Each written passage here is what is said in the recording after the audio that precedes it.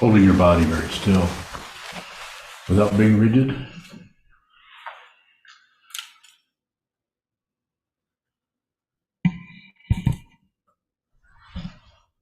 Whatever is moving in any of the sense fields, including the mind. Just receive all that. Don't add anything to it. Just observe.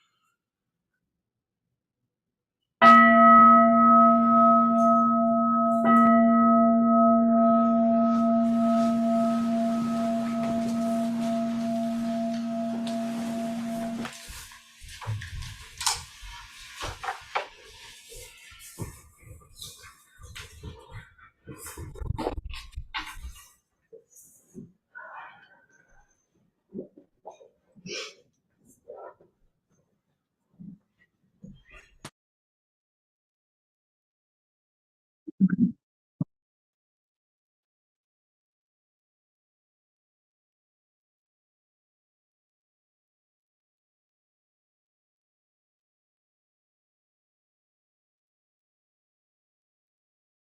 to everyone to the Wednesday night Dharma talk.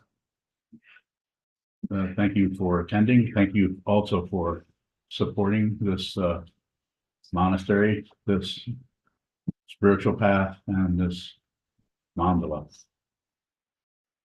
Please continue to help us if you can as we go along, doing some expanding here and there. More about that later. And thank you, and thank you, and thank you. This evening's Dharma talk is titled Invisible Pride.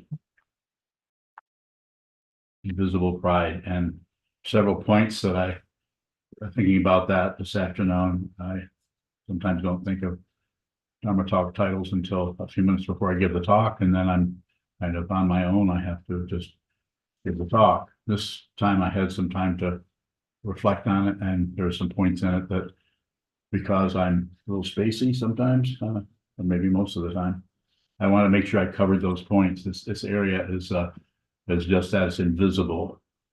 In other words, you won't really know you're full of pride if you're operating in what I'm referring to here.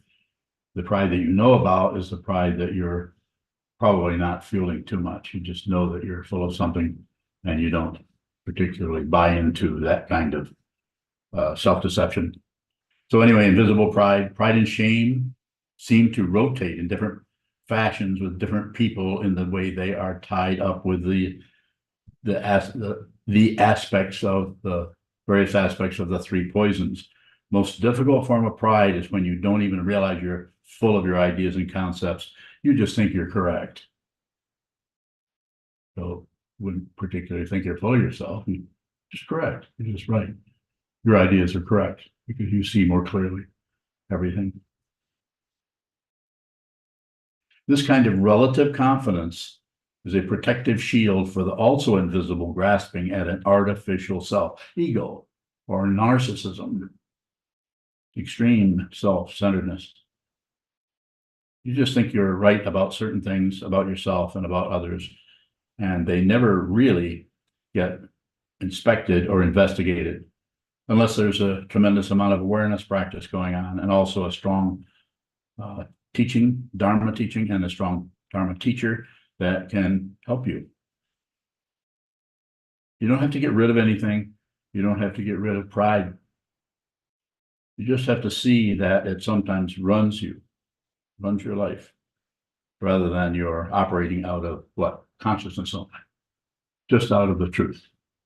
It's possible to do that. It feels impossible while you're working on it, because I am completely swamped by otherness, by pride, or by self-deception.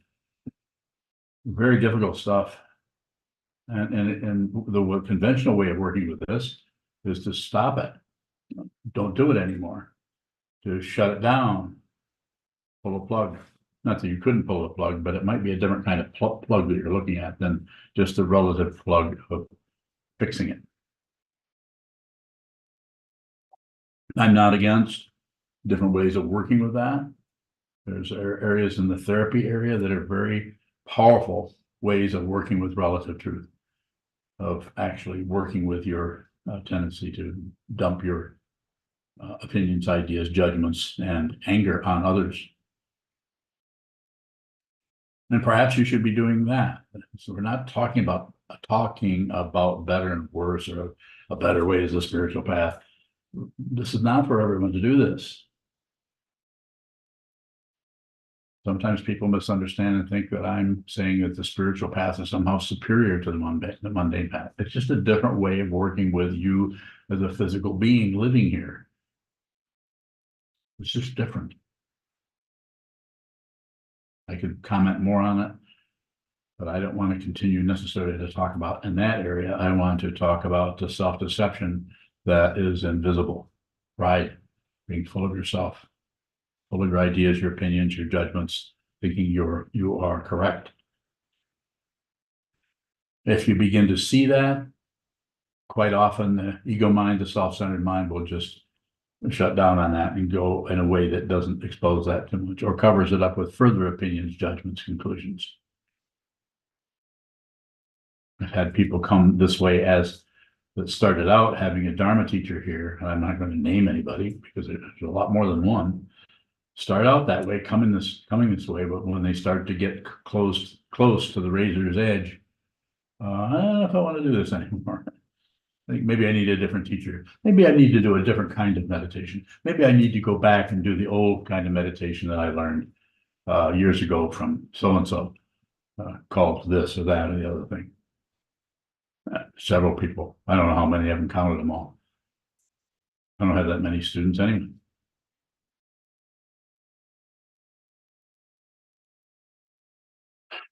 So it takes a lot of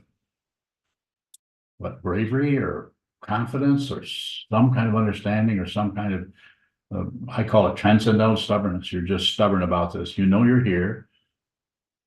You know that you're identifying with a living form, a living mind. You have a history of your mom and dad and how you grew up and what high school you went to and the difficulties you had with other children. You have all that memory, which comes together to form kind of a solid feeling that you are somebody going somewhere. And then you stumble into this way of looking at life.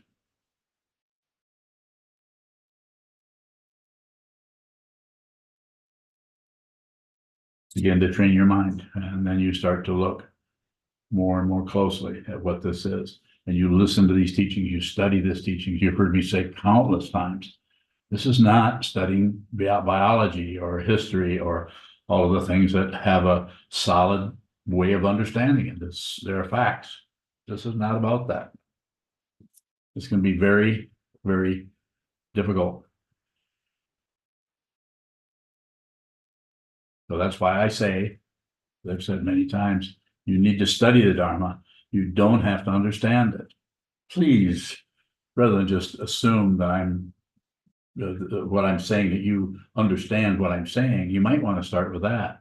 I will tell you right now, you do not understand what I'm saying. And you may never understand it.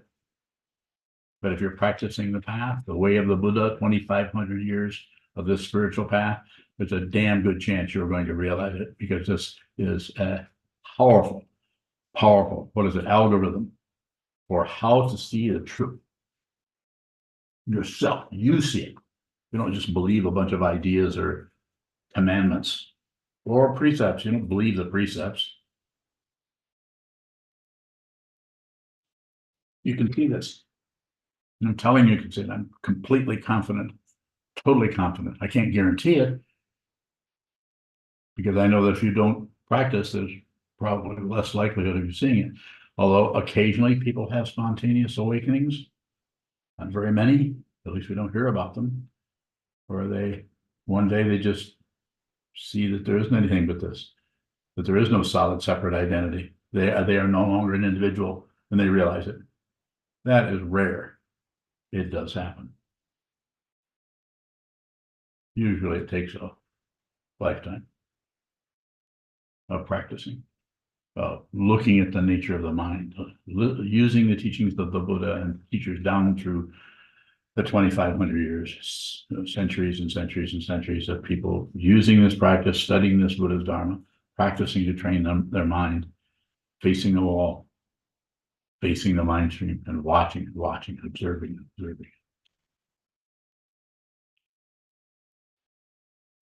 The pride is just a way of talking about an aspect of consciousness, and the three poisons. It is a combination of ignorance, which shuts out whatever's arising, and passion, prefers this understanding of what is arising. That understanding, not this one over here. There's no inspection. There's no benefit of the doubt. This is the way it looks. How can you be sure? Just that's how it is. Right. If you see what this is, you won't know what it is. If you know what it is, you may not be on the path. Maybe you've just stepped off the path. It's better than that. Worse than that. Right. Belief in thoughts, belief in emotions. I'm not saying you can't have an emotion that is directly related to a conventional relative circumstance, that anyone would have emotions over that, of course. So it's not that you won't have those. It's just that when they show up, you neither believe them, nor disbelieve them, nor ignore them. What do you have to do? Feel them. Doesn't mean the feelings are going to go away. They can get more intense. The closer you get to see the fundamental nature of reality, the emotions will scream at you, trying to get you to bring out of consciousness that part of consciousness that is in a knot of confusion, that is a me. That will give you some relief. At least it's me that's feeling that way. So you've slowly started to separate consciousness from that which arises in consciousness. And instead of illusion, looking at illusion, illusion is looking at delusion, belief in a self. There is no one there. This is an astonishing illusion. And if you pinch your arm, which sometimes is the way you need to wake up, and think in the movies, I need to pinch myself. Well, that's not going to work in this delusion. That will just increase the delusion. There's nothing to pinch. There is no one. Don't believe it. Observe it. When you leave here today, the next time, if you're continuing to be a meditator, which I hope you are, sit down and watch the mind. That is your introduction to the nature of consciousness. And that's where you will see your own self-centeredness and your pride, which is slowly coming in front of you as an apparition. It loses its invisibility and it becomes more and more solid until you realize that even that is unreal. You can't even get a reference point of your own pride. There is no one.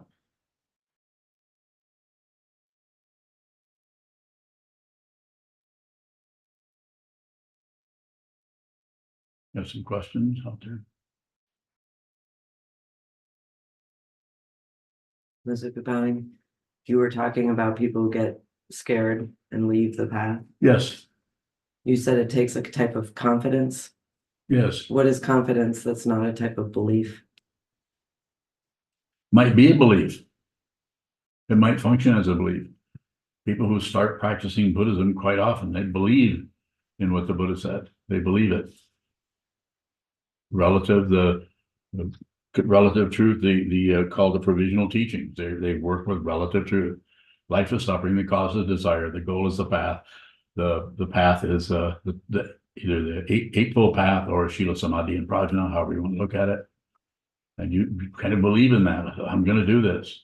I heard what the Buddha said, and I'm going to check it out. And then you get further into it. The five skandhas, it's form, feeling, perception, concept, and consciousness.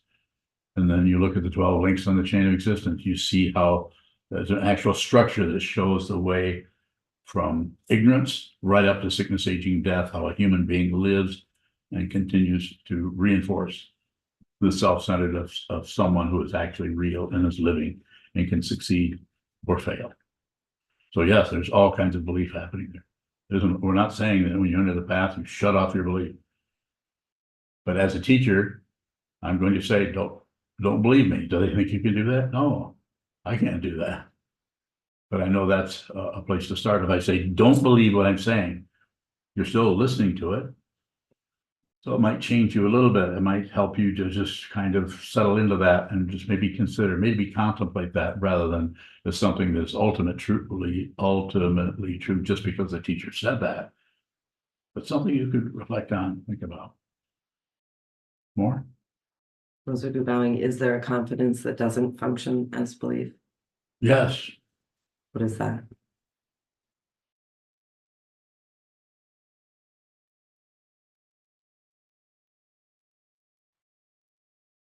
It's the confidence without conditions.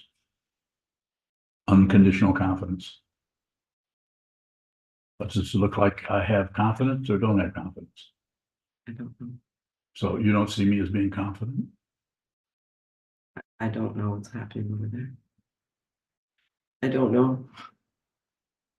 Okay, well, How can I do? I'm fine with that. I'm not questioning it. I'm just listening. Are you confident? I'm asking the questions here. I got confused. No, you didn't. You're asking the questions. I'm the teacher. You ask the questions. Did you get confused? You see where I'm going with it? And say, obviously, I couldn't have, I would have, must have some kind of confidence, or I couldn't sit up here and do this day after day, week after week, month after month, year after year. Not 7 days a week, but close to it sometimes. Where is that coming from? How can I sit up here and even presume to talk about the nature of what's happening in your mind? Just because I'm wearing a robe or I'm a monk. No. You ready? How can I do that? That's a question. Wouldn't that presume some kind of confidence? You I can go don't in and say, know. I don't know. Okay. I don't say- know what confidence is. Okay, well, I guess I'm screwed here, aren't I? You're not gonna help me. Can anybody help me? Help, help, help from the students, for the teacher. Does this look like confidence or not? Or does it just look like self-centered arrogance where I'm pulling a bunch of bullshit on you? Tell me. What? Looks like confidence. Okay. You see what I'm saying now? What is it? You're afraid of passion, aggression, and ignorance, and I am passion, aggression, and ignorance. I'm not separating myself from anything anymore. And thank you for your help. I can't teach like this unless you ask questions or present yourself in the way you do that. I need a student. And you're showing up as a student. You just said, I don't know. Thank you for that. And that's sincere. Go ahead. Most are good at bowing. So is confidence fearlessness. Totally. Because it's not fearlessness because there isn't anything scary happening. It's just that anything scary happening is seen to be an illusion. It's unreal. And we're no longer befuddled by it, let alone deluded. And you might even say, if you were trying to do some kind of macho presentation, you might say, bring it on. You're not going to do that because you're not necessarily interested in the performance aspect of it. But it's that kind of a feeling, it's that kind of an understanding, it's that kind of an insight that nothing can hurt you because you're no longer just someone can kill you, take your life. But sometimes it feels like that might happen. This is somewhat of a precarious position to be in here. But who this is and who that is, I can speak for all of us who is not threatened. Do you think that you're somehow threatened? You're misunderstanding what this is. More. Most are good bowing. I recently heard you say that that fear of doing the wrong thing could still show up for you. It shows up all the time. What is it to function with confidence while fear of doing the wrong thing? You know, there's no one who's afraid. There's just fear, self-existing. The Tibetans call it rangjung. If the Tibetans were listening to me, would they agree? They might say, oh my God, why do people keep misunderstanding that concept? And would I care? No.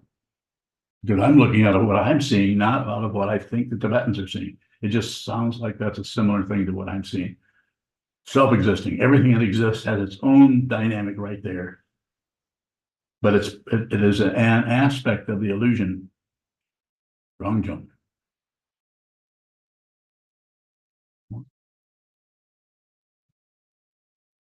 Wonderline, are you talking about ultimate confidence right now? Yes. Is all relative confidence pride? Bowing? Quite often there's some kind of knots around there that it's reinforcing of self-centeredness. But sometimes it's such a low key that you won't even think of that person over there. Like we don't think Nishikai's full of pride, do we? I do. Huh? I do. You think you're full of pride? But realizing you have some pride, which I know he realizes that about himself. But if you realize that about yourself, it's unlikely to be displayed very much because there's always the other side of the pride, which is what? Shame. Shame. And that shows up not as, oh, God, what have I done? I'm such a terrible person. No, it's not that. It's just very subtle, just not feeling like you're quite good enough to do anything or stand up, or always kind of undercutting yourself. Just another form of ego. Pride and shame, not two separate things, not the same thing. Has to be seen. When I say seen, you have to actually see it deeply yourself. Otherwise, there's a continual reaching for a self, reaching for an other, and trying to shake some kind of truth or happiness out of those situations, trying to get some sorrow to give you some pleasure, some happiness, some satisfaction, some accomplishment. Don't cry, Chisho, please. He was just covering his face. Go ahead. Mozoku bowing, is there a path, quality, confidence that doesn't function like belief? Again, please. Is there confidence on the path that doesn't function like belief?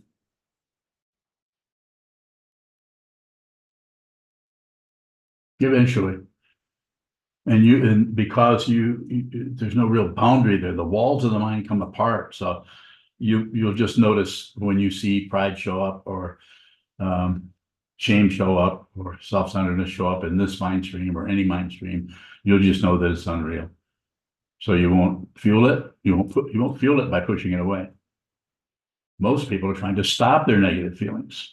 If you're on the path and you realize the nature of this, what is being pointed at, you'll no longer fight with anything, including your own mind stream. And so therefore the karma that shows up as the way these ears are shaped, the color of the skin, sexual orientation, I mean that orientation, excuse me, it will just show up. And there will be no correct or incorrect, right or wrong. More? Beyond bowing, is it self-centered?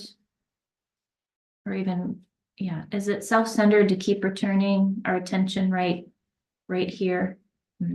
No, this is your body. So yes, return. This does not think. I mean, even this doesn't think, we just think it thinks. But I think it doesn't think. What do you think? I agree with you. Well, you're a psychiatric nurse, so I thought you might have a different orientation towards that. Beyond bowing, the body doesn't think. Did you just say that? No, I was referring to the brain pain particularly. That's definitely processing something.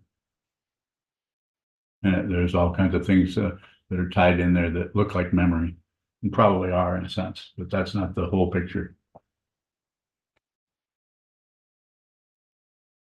Question? Beyond bowing, when is it self-centered or arrogant to return to this right here? Not this, but. I don't think it ever is.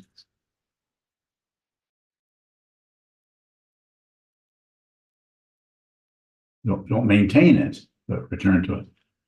And I'm not talking about all the chakras. I mean, if you want to use chakras, then go ahead. Tibetan tradition is full of that situation of using chakras, as is various Indian traditions. Not incorrect, just another way of doing the spiritual path. Question?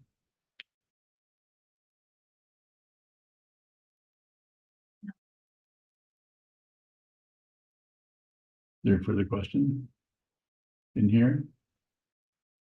Is there one out there in that other place we call Zoomville?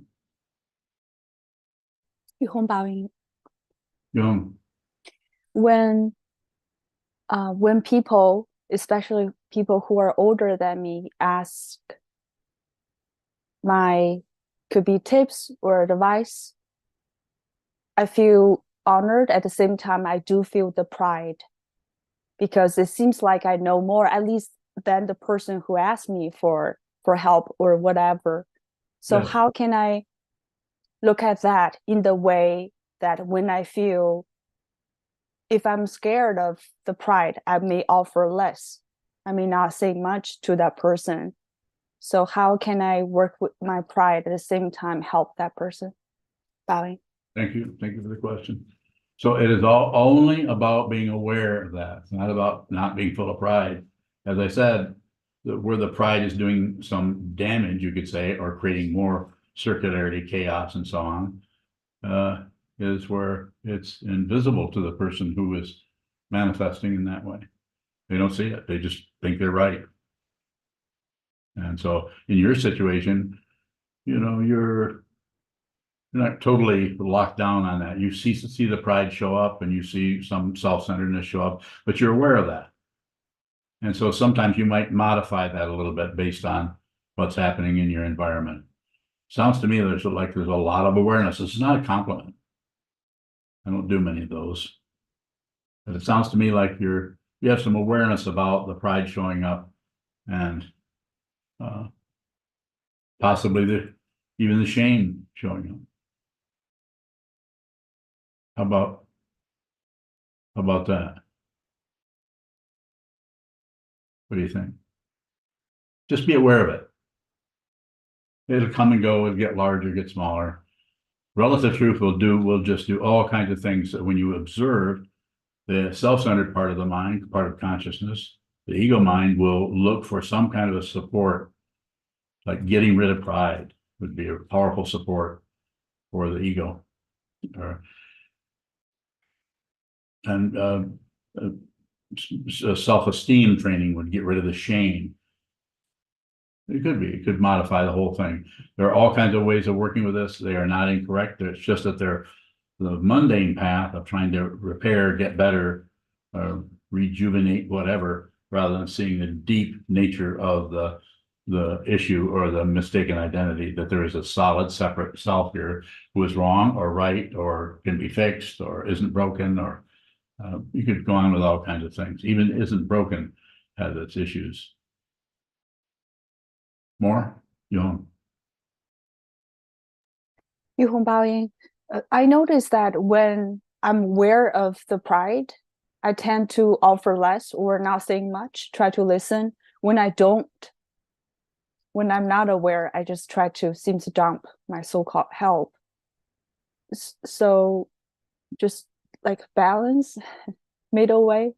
You're fine. Just continue to get back to the cushion much as possible. Don't teach unless you really feel like you have a student in front of you. And of course, you do some teaching. I'm not talking about that kind of teaching. I'm talking about don't teach the spiritual path. This doesn't mean if someone says, how do you meditate? If they're sincere, tell them how to meditate. If you say, what is the basic teaching of Buddhism? Then there's several to choose from. Life is suffering. Nothing comes from its own side as an individual self. Just one simple statement. And if a person is listening and is interested, a couple of those will they'll ask more questions, or that might be enough. They've heard enough. So don't hold forth and teach, but answer questions as clearly, and precisely as you can. Is that helpful to you? Yes. Very good. Yes. I think you're doing good. The Chisho. Thank you. Certainly. Kishwaving, how do I work with pride that shows up on the cushion in terms of various stories? Bowing. Just listen to the stories. Don't fix anything. Eventually, by not doing, you're sitting and perhaps I don't know exactly what you're talking about, but maybe you're thinking, have some kind of a story about something you've accomplished, something you feel maybe a little bit better off, or have a better understanding than others. Just receive it. Do not modify anything. Just sit and just watch that story go by. If you push it away, it will go down and resurface. But if you explain it or justify it or try to talk yourself out of it, then it just goes in circles. It's the very nature of samsara to go in circles, but it is the nature of reality to do nothing. And so just observe, give it the full treatment. Don't do anything with it. Do nothing, just notice the story. It has this shape, that shape. maybe this is the 15th time or countless times you've heard that story. You're smiling, so I see you're hearing that. So what do you try to do? Do you try to stop it or change it or reinterpret it or criticize yourself? Just allowing, I watch it and then it goes away and it comes back. Yes. Well, there's no way to know the causes and conditions completely that are behind that story and what a labyrinth might be back there. So this is where it's important to remember this part of the teaching that I've say over and over again. This is an ideal time to bring it up. It is about the intention, not the success. Success is relative truth, and you may succeed relatively, you may not. But if you have the intention to look at the pride and to accept, when I say accept, I don't mean accept, grasp it and get a credential out of it. I'm saying just look at it. Another way of saying it along the lines of observe it is just to receive it. Just receive that you're, don't add on a story to it, but just receive that you're full of, you have this puffed up thing happening in your consciousness, and just watch it. And by not pushing it down, trying to get rid of it, by not adding to it or trying to talk yourself out of it, and by not distracting yourself or going in a different way, then eventually it runs because it's based on relative truth. And the relative truth matrix that is happening for everyone in different forms, eventually by not fueling that, it just deconstructs, just like Koban said when he translated the Heart Sutra mantra of gone beyond, gone completely beyond, so be it, awake. And he translated it, falling apart, falling. He was talking about, instead of something going beyond, he was saying the very structure that he believed in and thought was true is just coming apart, falling apart, falling apart, falling apart, falling apart, falling apart. Nothing to do. And so by watching the disturbance or the pride or whatever we would name it, or shame, or any of the other things that show up in the mind stream, by just observing it, it just runs out of steam because it gets its steam from being opposed, from being agreed with, or from being ignored, passion, aggression, and ignorance. By doing nothing with that, eventually that starts to fall away. And what is revealed is your true nature, which is beyond time and space. Even to say time and space is a silly thing. It's beyond a Dixie cup and a bottle cap laying in the road that's been run over by a truck. I'm looking at it right now, and it's also raining. You can look anywhere. You can see anything, anywhere.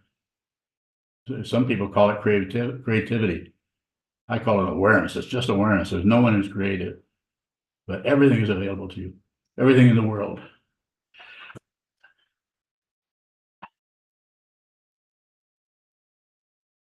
Please look deeply. Look deeply. Thank you, Chisho.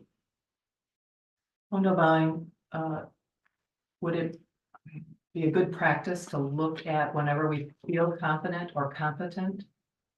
To really look at that more deeply, to see the invisible pride? Don't necessarily look deeply, but just look at the surface. Everything is available on the surface. Depth is a relative situation. Ultimate situation is everything's right here. There isn't anything else. This head turning, this is ego. This is why we have bodies. It's because we are made up to be separate beings. This isn't the only thing that you've been, or that I've been, or that we will be. Consciousness only. It's everywhere. There is no location for it, therefore it's everywhere. Go ahead. Wonderful. So when we're looking at our confidence or competence, what would help us see the pride that's there?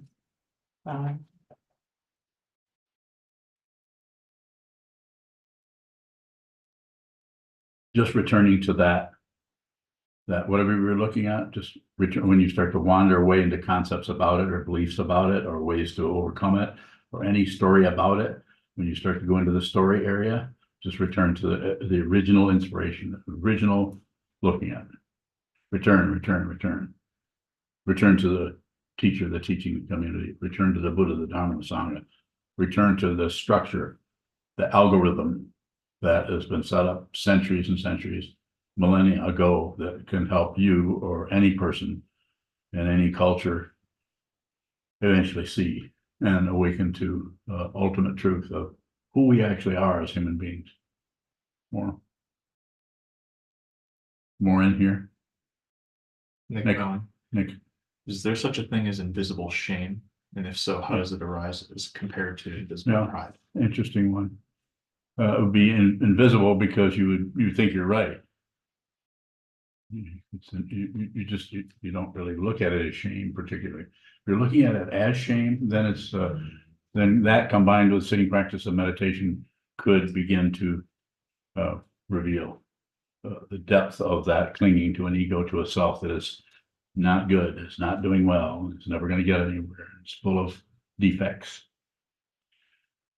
Then there's another kind of shame that might be might not go in, might not have the awareness there. So it might just be just a fundamental conclusion. You know, you look at it and just conclude that you're no good, you're not going to get anywhere, and your parents were right, you suck.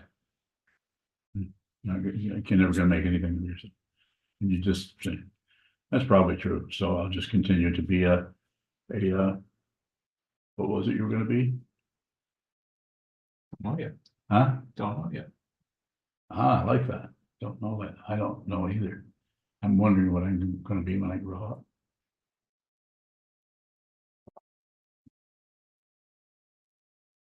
Further? You have some time left if there are other questions? Yes, sir. I'm wondering if embarrassment shows up without a story, am I missing the thoughts that are fueling that embarrassment? Is it likely that I'm ignoring if I don't have a storyline behind something? Yeah, something is being shut down. There's probably some kind of cause and effect behind that in the form of a story that might be blocked out. But the energy there is still there when it's out. It's like when a person gets depressed and for what? No reason, no cause, no effect. Or for when a person is just full of anxiety or looking for a cause. They feel terrible, and if they can find anything that might be blamed, they'll go after it. Because they get some kind of safety. Maybe you get some kind of safety out of having someone that has caused this situation. More. I think I'm wondering how to see those areas we don't see. Just return to it, return to the cushion, return to the teachings. This is why I say about the teachings, you don't have to understand it. And I'm not saying you won't understand it, but to try to live up to a certain standard of understanding based on the relative culture that we're in, like the complete, I have to use the fancy Sanskrit word, isn't it imbecility? That's a Sanskrit, isn't it? The imbecility of testing children. This is just crazy. No, shouldn't be testing anyone. That doesn't mean that we don't ask Rumi how to spell supercalifragilisticexpialidocious and actually watch him spell that, and he's 5. I mean, but that's not a test. I mean, he might feel tested somewhat. It's not. We're having fun. It's fun, but it's not something that he has to march into a room, sit down full of other people, and all take the same test. This is so disrespectful to human beings. To think that you can decide ahead of time what is successful and what is not. We completely shut down the astonishing creativity of human beings. I know mine was shut down by having never even considering the way that I learn, because I learn visually. I don't learn abstractly or with abstractions, although I'm fairly good at using them. But that came from looking, seeing. This is shut down in people because they want to promote a certain kind of learning, which is also very valid. But we are not meeting other humans because we want to control them instead of actually encourage them to be creative and live an uplifted, creative, cooperative life with other human beings. And still we turn it into warfare as soon as possible.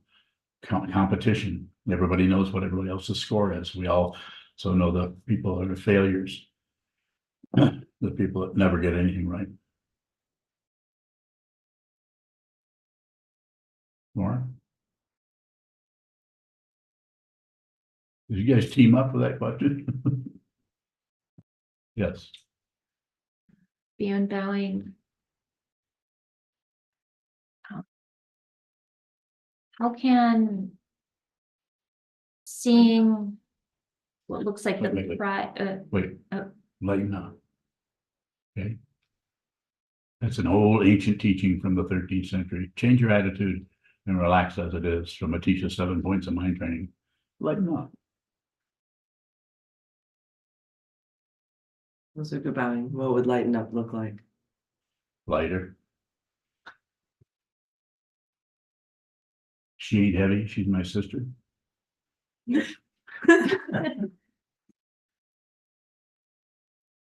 That's funny. I didn't laugh. Go ahead. beyond bowing. How does observing what we think is the pride or shame in another person, And another person. yeah, how are we missing ourself? How do we miss our own pride and our own shame when we look out and we're picking it up? Mind your own business when it comes to other people's pride and shame. Respect people's confusion. I've said this hundreds of times. Respect, if they need help with working with their confusion, they'll come and ask you, give you permission. But even if they're sitting next to you, if they don't. And then this includes your own offspring. Respect their confusion. Because that will be seen or sensed much more than any kind of information you can give them on anything. To see that they are being respected. Further questions if you have it. Take your mask off, would you please? Oh, it's beyond. Hey, Go ahead. I'm just wondering if there's anything to see about ourself when we see pride or Yes. shame in another. When you see another person in that, yes, it's a mirror. We're looking in a mirror. But that being said, you may not be ready for that. I'm looking in a mirror a few minutes ago when Elizabeth and I had our pretty intense interaction, which I thought was pretty intense, didn't you? Maybe. Wow, I'm getting all the drama. Thanks. Yes. Beyond knowing, how do we deny ourself when we go out looking and focusing on? Anytime you Linear. go out in any direction, you're covering up your true nature. If you're going out with something out there needs to be pushed or pulled or shut away or instructed, or anytime you go out, called an outflow in our way of understanding, don't outflow. But if you do outflow, then be very aware of the outflow. Then it's not exactly an outflow or a reaction to someone. It's closer to an actual action, which comes out of dependent origination and not out of our self-centered bias or wanting this and not wanting that. More? Yeah, beyond bowing, how is it that pushing and pulling on another, what looks like another, disrespectful to my true nature? Because their true nature and your true nature are not two different things. We all are Buddha nature, but we're covered up by the individuality and the causes and conditions that show up as passion, aggression, ignorance. And when you are at the mercy of passion, aggression, ignorance, then you fight, or you concede, or you ignore, or. But if you realize, then you, as I said earlier, then you are everything that shows up. You are that. You're including passion, aggression, and ignorance. But there's no longer a solid being there anymore.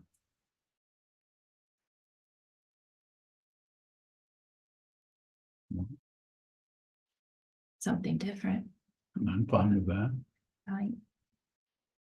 Can intense fear and action arise in a way that's not enmeshed in a sense of self? So intense fear Mhm. and what was the other one? Action. Doing something, pushing, pulling, shutting down, opening up, and fear. Okay, what was the question around that? Can intense fear and action or something that looks like relative action come up together in a way that isn't a balled up. set. Yes. You're in a burning house and you see that it's burning and you run out of there. Well, fear of being burnt is the fear, and running out of the building is the appropriate thing to do. Because there's an identity with the body. And the body is endangered. Is that the area we're looking into? Yeah. I mean, that example is very, very definite. But when you start to do that in your mind stream, when there's no actual threat anywhere, then you're inventing that, and that protects the imaginary part of the imaginary self. And it's not threatened. So therefore, then you have a lot of churning around something that isn't even threatened in the first place. You can't threaten something that is unreal. But if you think that you are real, a real person, then you can be threatened, you can be controlled, you can be manipulated. Look all over the world, look at all the politics, all controlled by fear. And strong people, strong men, they call them, controlling people. Because they're fear, paranoia, no mind training, just solid belief that we are a solid separate being living here, and we had a birth date, and will last so long, and we'll manage to continue to make money and get food and live the life of O'Shaughnessy.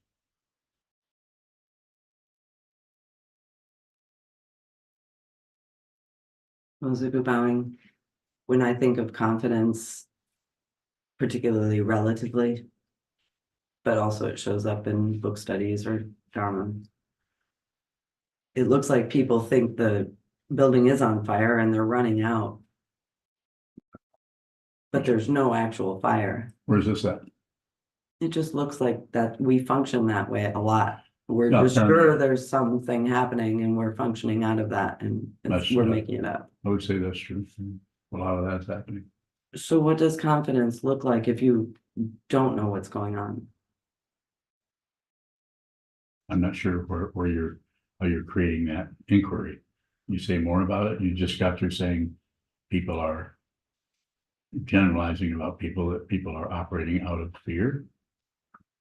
Well, it could be any number of emotions, but people look confident, and including myself, and in that they think they know what's going on. So when you talk about confidence, I'm thinking of the kind of invisible pride where you're just sure what's going on and what you need to do. Okay. What's the So question? is there a place for confidence when you realize you don't really know what's happening?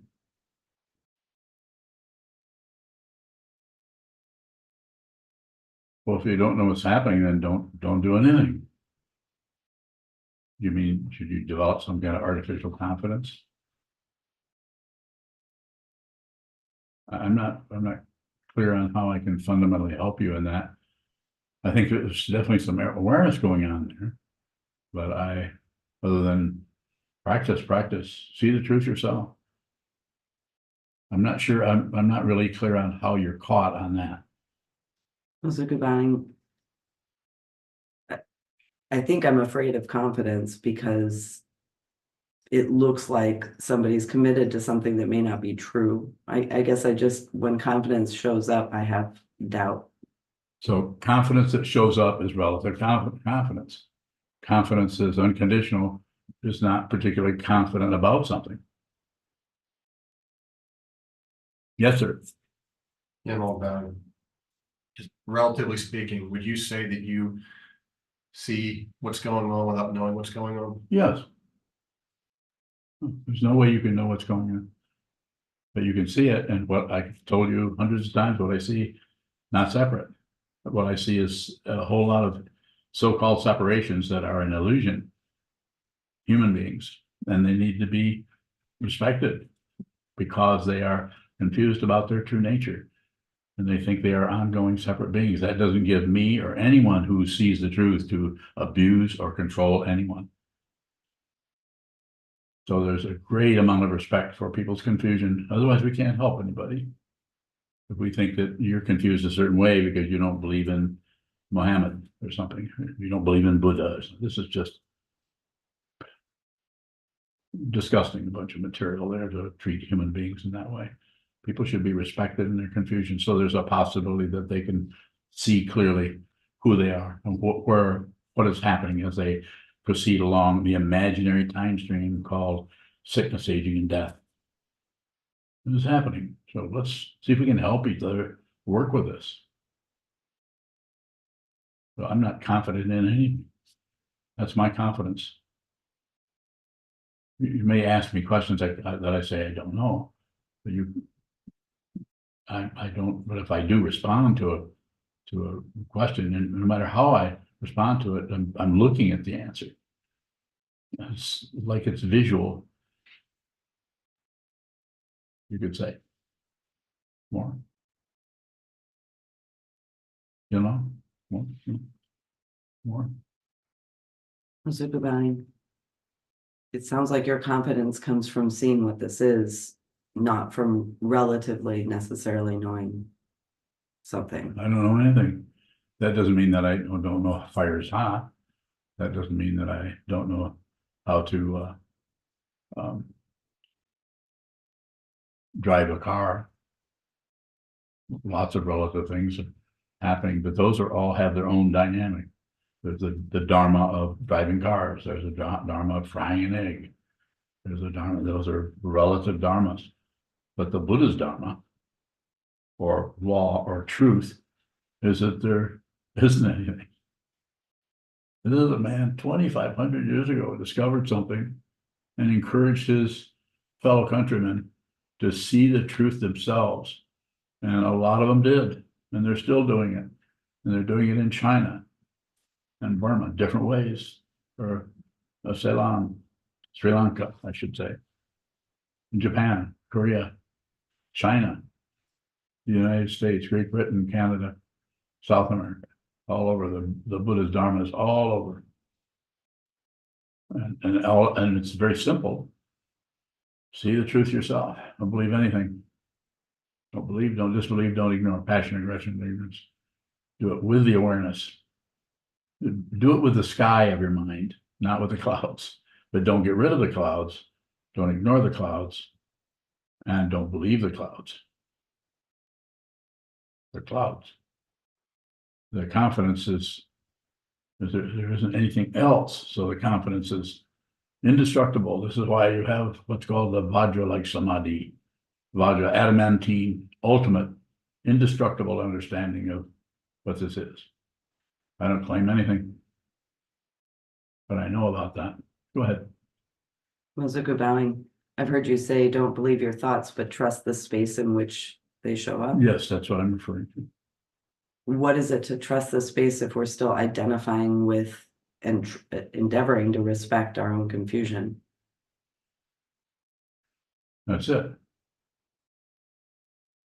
You asked me a question, I'm saying what you just asked me is it.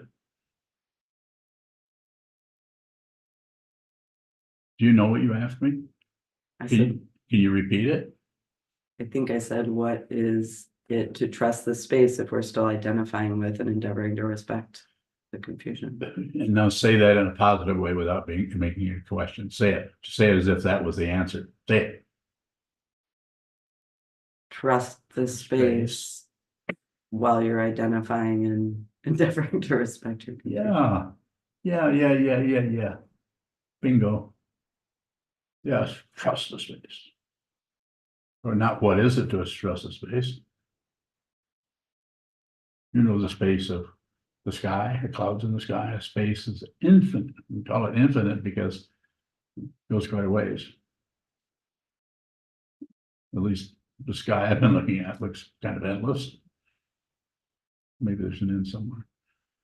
Trust the space. It doesn't give you anything. It doesn't provide an answer. It doesn't do anything. It's just the way things show up. If it's an object, it needs space to show up. You just answered your own question. You can do that.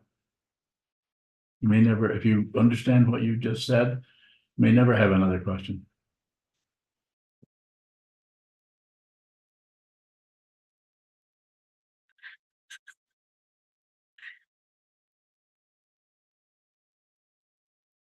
Is there a final question in here? A 玉 question? 红 bowing. You have a question tonight? I'm not. No, just trying to keep up and Okay, and learn from the other questions. okay, good to see you again. Been a while. Yeah, hasn't it? Couple of years. Couple years, yeah, that's a while. Maybe, maybe it's a while. Is it a while? Pre-COVID.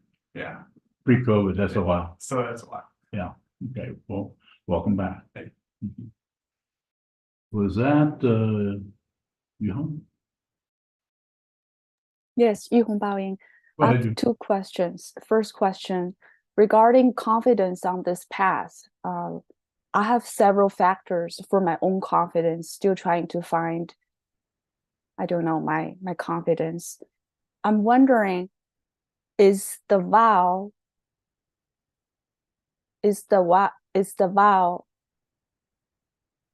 the fundamental confidence? Yes, So when you say return, just return the vow, that's our confidence. Is it? that is an ultimate form of confidence that shows up in a relative way. Just because you repeat it, you return to the vow. We don't even know what the vow is. Be with all things. How the hell do you do that? Save all beings. How are you going to do that? You can't. You return to it anyway. And then when there is, if there is a realization, then the vow vanishes because you are the vow. Your whole body is the vow. Your whole mind no longer make any decisions about anything. And no longer see any difference between this and that. And it's not an accomplishment. It's not like this super ego that you become, according to some teachers. But until that happens, then you stay on the path by returning to that vow. I vow to be with all things. I vow to put others before myself. The 3 pure precepts. And it's hard to do. You don't have to succeed at that. You can continue to think, I'm never going to put all these crazy people before myself. What am I doing this for? And then if you're a student of mine, you'll say that and you'll think that. And the next thing you're doing, you'll say, I vow to be with all things. I vow to save all beings. You'll return to the vow. And at the same time, yeah, you can't do that. Do it anyway. This is how it's done. It's a spiritual path, not a mundane path. There are no credentials. There's no success story. There will be no diploma. There will be no consequence of it. Unless you call coming back into samsara and rotating around a big ball of fire in the middle of nowhere on a much smaller ball of dirt, earth. Keep doing that. Because if that one blows up, then you'll just end up on another circularity. If you look out there, there's quite a few circularities going on. And you don't get to choose. Thank Don't you. You're welcome. You don't even get to decide to be a human being. Lots of beings out there. Consciousness will find its own form. Good luck. And thank you so much for your indulgence.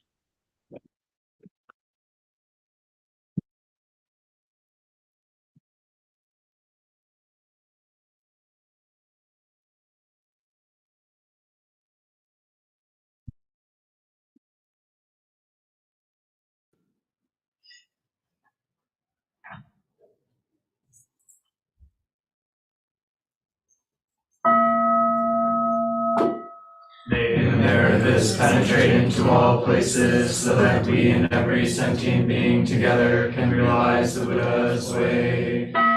Ji-ho san shi fu, shi-son bu sa mo ko sa, mo ko ja ho ro mi.